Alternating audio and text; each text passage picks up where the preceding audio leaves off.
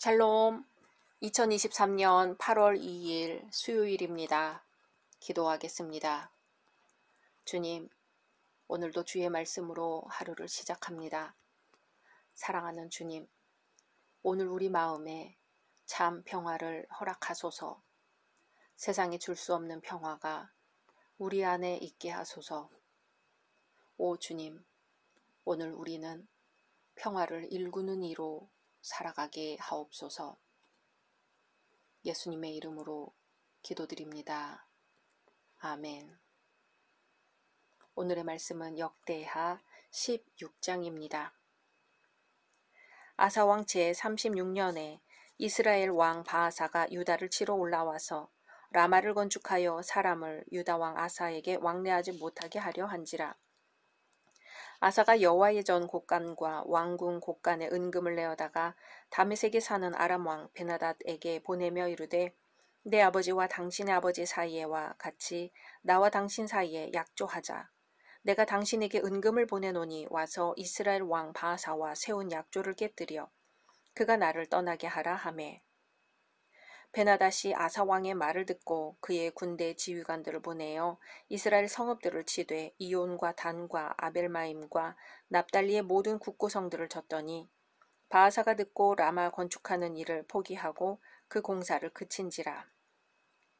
아사 왕이 온 유다 무리를 거느리고 바아사가 라마를 건축하던 돌과 제목을 운반하여다가 게바와 미스바를 건축하였더라. 그때의 선견자 하나니가 유다 왕 아사에게 나와서 그에게 이르되 왕이 아람 왕을 의지하고 왕의 하나님 여호와를 의지하지 아니하였으므로 아람 왕의 군대가 왕의 손에서 벗어났나이다. 구스 사람과 룹 사람의 군대가 크지 아니하며 말과 병거가 심히 많지 아니하더이까. 그러나 왕이 여호와를 의지하였으므로 여호와께서 왕의 손에 넘기셨나이다. 여호와의 눈은 온 땅을 두루 감찰하사 전심으로 자기에게 향하는 자들을 위하여 능력을 베푸시나니 이 일은 왕이 망령되이 행하였은즉 이후부터는 왕에게 전쟁이 있으리이다 하매. 아사가 노하여 선견자를 옥에 가두었으니 이는 그의 말에 크게 노하였음이며 그때의 아사가 또 백성 중에서 몇 사람을 학대하였더라. 아사의 처음부터 끝까지의 행적은 유다와 이스라엘 열왕기에 기록되니라. 아사가 왕이 된 지 39년에 그의 발이 병들어 매우 위독했으나 병이 있을 때에 그가 여호와께 구하지 아니하고 의원들에게 구하였더라. 아사가 왕위에 있은 지 41년 후에 죽어 그의 조상들과 함께 누움에 다윗성에 자기를 위하여 파두었던 묘실에 무리가 장사하되 그의 시체를 법대로 만든 각양 향 재료를 가득히 채운 상에 두고 또 그것을 위하여 많이 분향하였더라. 아멘. 아사왕 10년부터 35년까지는 전쟁이 없었습니다. 유다 역사에 있어 모처럼의 태평성대였지요. 이것은 아사왕과 유다 백성들의 굳건한 신앙으로 하나님께서 주신 복이었습니다. 아사왕 36년에는 북왕국 이스라엘의 왕 바아사가 유다를 치러 올라왔습니다. 그리고 예루살렘 북방 약 6km 지점에 위치한 라마를 침입해 그곳에 성을 건축하고서 절기를 지내기 위해 예루살렘으로 가던 이스라엘 사람들을 왕래하지 못하도록 조치했습니다. 이미 여로보암이 단과 베델에 금송아지 우상을 세우므로 여호와 하나님을 대체하려 했었지요. 하지만 이스라엘 사람들 중에 경건한 사람들은 계속하여 절기 때에 예루살렘을 찾아왔습니다. 그렇기 때문에 이것을 북이스라엘의 바아사 왕은 용납할 수 없었던 것입니다. 아사는 이스라엘의 침입에 대하여 무력으로 맞설 힘이 부족했습니다. 과거 구스의 세라가 침입했을 때 용감히 나가 싸웠던 것과는 대조적이지요.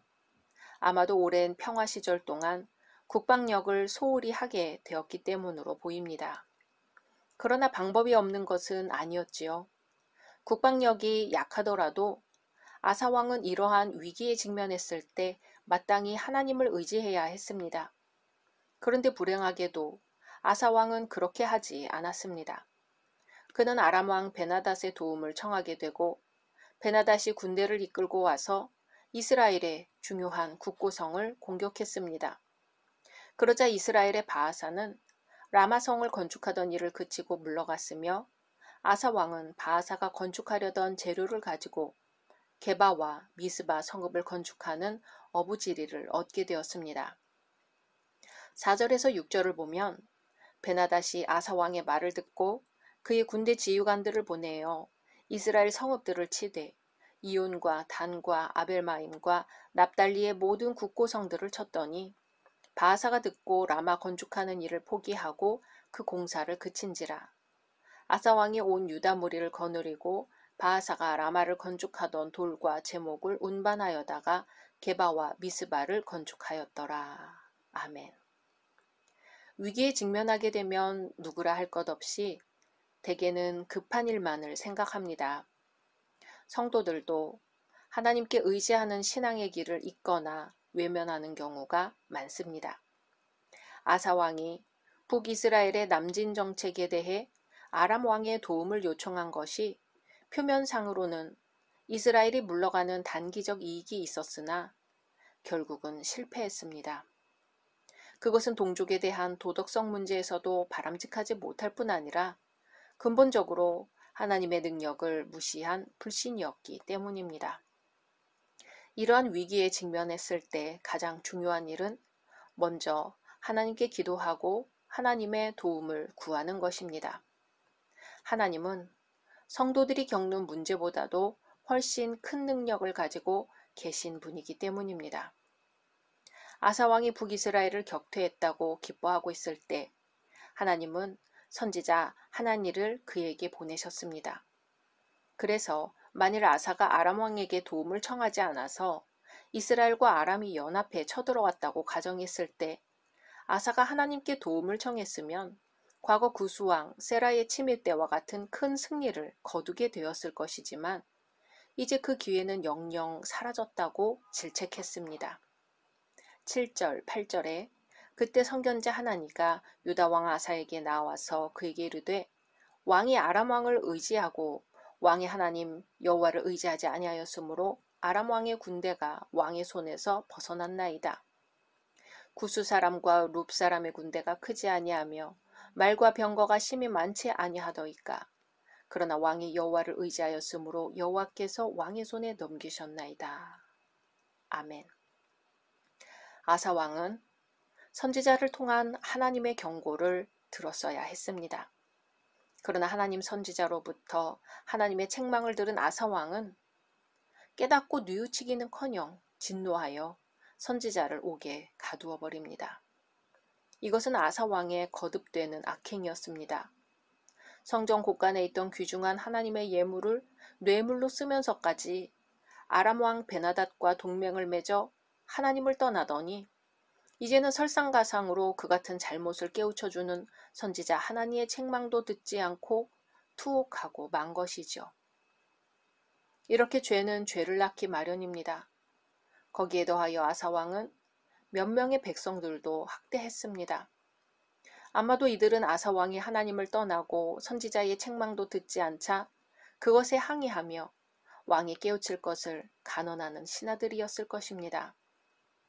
신앙의 길에서 떠난 아사왕은 이들마저 거부하며 죄에 죄를 더하게 되었습니다. 초기에는 그토록 겸손하며 신앙에 굳게 섰던 아사왕이 이렇게 태도가 돌변한 원인은 무엇이었을까요? 아마도 교만해졌기 때문으로 추측할 수 있습니다. 왕위에 오른 지 10년 동안 전쟁이 없었고 구스와의 전쟁에서 크게 승리한 후 25년이라는 오랜 세월 동안 계속하여 평화를 누리게 되고 백성들의 존경을 한 몸에 받게 되자 아사왕은 교만에 빠졌던 것 같습니다. 결국 유다의 부강이 하나님의 은혜라기보다 자신 때문이라고 착각했기 때문인 것입니다. 교만은 하나님이 없는 것처럼 사는 것입니다. 교만은 스스로와 공동체를 망하게 합니다. 아담과 하와의 죄는 하나님처럼 되고자 했던 교만에서 시작되었습니다. 사울이 스스로 자신의 가문을 멸망으로 이끌었던 것도 하나님 앞에 교만하였기 때문입니다. 시편 4절에 악인은 그 교만한 얼굴로 말하기를 여호와께서 이를 감찰치 아니하신다 하며 그 모든 사상에 하나님이 없다 하나이다 라고 했습니다. 잠언 16장 18절에 교만은 패망의 선봉이요 거만한 마음은 넘어짐의 앞잡이니라 했습니다. 누구라도 죄를 지을 수는 있습니다. 중요한 것은 범죄하였더라도 하나님이 책망하면 들을 줄 알아야 한다는 것이죠. 죄를 지었을 때 하나님의 사람들에게는 반드시 하나님께서 그 죄를 깨닫게 해주십니다. 중요한 것은 바로 그 순간에 성도들이 깨달아 자신의 죄를 회개할 수 있어야 한다는 것입니다. 나단 선지자의 책망을 들은 다윗 왕이 자신의 죄를 깨닫고서 회개한 것은 바람직한 태도였습니다. 하나님께서 성도들이 그릇된 길로 갈 때 책망하시는 이유는 그가 회개함으로써 다시금 하나님과의 관계를 회복시키고 그에게 복 주시기 위함입니다. 한 번은 미국의 시카고에 대형 화재가 발생하여 온 시내가 불길에 휩싸였습니다. 그때 도시 중심에 자리 잡고 있던 무디 목사의 교회도 불에 타서 더 이상 예배를 드릴 수 없는 처지가 되었습니다. 이에 한 기자가 무디 목사에게 질문했습니다. 목사님께서는 설교 시간에 하나님께서 자신의 백성들을 사랑하심으로 그 어떤 환난이나 고통 중에서도 구해주신다고 말씀하셨는데 이처럼 교회가 불탄 것에 대해 어떻게 생각하십니까? 이 말을 듣고 한참 생각한 끝에 무디 목사는 이렇게 대답했습니다. 지금 우리 교회는 교회 크기에 비해 성도가 너무 많아 더 큰 건물을 짓게 해달라고 기도 중이었는데 교회가 이렇게 잿더미가 되었으니 이젠 그 자리에 교회를 세우는 일만 남은 셈이지요. 그러자 기자는 다시 그러면 교회를 지을 돈은 잘 보관하셨단 말씀인가요? 라고 물었습니다. 이 말에 무디 목사는 자신이 갖고 있던 낡은 성경을 번쩍 들어올리고는 여기 이렇게 하나님의 금고가 무사히 잘 있지 않소? 라고 대답했습니다. 그 후 무디 목사는 영국으로 건너가 하나님의 말씀으로 영국 전역에 큰 부흥운동을 일으켰고 결국 영국 교회 성도들의 헌금으로 시카고의 불탄 교회 자리에 이전 것보다 더 큰 교회를 지어 하나님께 봉헌했습니다. 참으로 하나님만 의지하면 모든 것이 합하여 선을 이룹니다. 그리고 참으로 감사만 하면 버릴 것이 없습니다. 오늘도 우리는 좌우로 치우치지 않고 오직 예수님만 바라볼 수 있기를 소망합니다. 각자 말씀 묵상하신 후 주기도문으로 마치겠습니다.